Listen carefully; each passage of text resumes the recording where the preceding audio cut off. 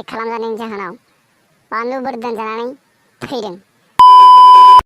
Good morning लोगोफोर, सफैलायबाय दिनै गोबावनि उनाव। गिबि खौराङानो दङ, सासेनि बारा गार्लफ्रेन्ड लानो मोना 5 बोसोर जेल 2026 निफ्राय। बेनि सायाव प्लेबय हौवाफोरा गोबां दुखु मोनदों आरो बिसोरो बे आयेनखौ गनाया। बे रुला गोमोरनांगौ होननानै बिसोरो मैया नरेन्द्र मदिनिसिम गांसे लाइजाम लिरहरदों। दा बेनि सायाव मैया नरेन्द्र मदिया समनि गेजेरजों मोनानि 12ता जानाय लोगो लोगो फोसावदों दि गाबोन हरनि माने साननि मोनानि फुंनि 1ता 12तानि उनावहाय 1ता जानाय लोगो लोगो प्लेबय मिटिं जागोन आरो बेबो दिल्लीयाव। गासैबो प्लेबय हौवाफोरखौ बेवहाय फैनो थाखाय आखायाव लादों। गाबनो रोङिनि ब्रेकआप खालामजानाय। मैयानि सासे सेंग्राया आंनो फोरमायहरदों दि ब्रेकआप जानाय लोगो लोगो बे आंनो फोरमायहरदों दि गाबनो रोङिनि ब्रेकआप खालामदों। हौवाया बुंनाय बायदिब्ला गावनि गाबनायखौ गाव आयनायाव नायखांबाय। मानोना गोगोम माने जोबोद गाज्रि नुयोनो गावखौ गाबोबा, असाइस नुयो, मोखांखौ बोरैबा सिब्र'सिथ' नुयो, गाबनायखौ मेगन फिसा फिसौ बोरैबा नुयो। जायनि थाखाय बिथाङा गाबा आरो गाबनो बायो। बेनि थाखायनो दा बिथाङा गार्लफ्रेन्डजों ब्रेकआप खालामजाबाय गाबनो रोङिनि थाखाय। बेसेबां दुखुनांथाव खोथा।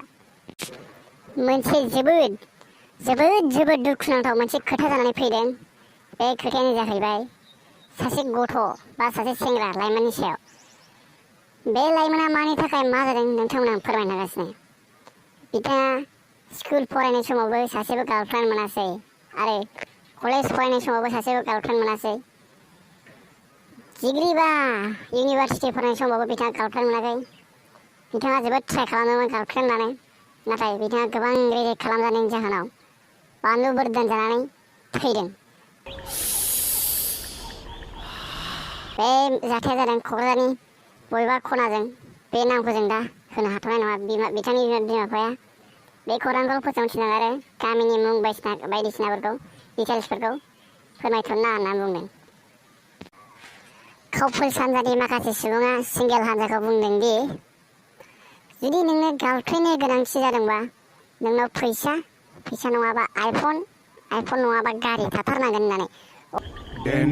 अब्लानो नोंनाव आजादि एभाइलेबल हिनजाव फैगोन होननानै माखासे काउपल सानजाया सिंगेलफोरखौ बुंदों।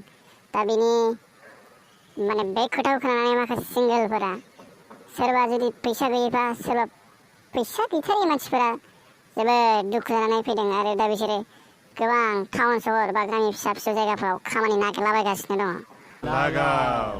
60 बोसोर बैसोनि हौवा आरो 15 बोसोर बैसोनि हिनजाव।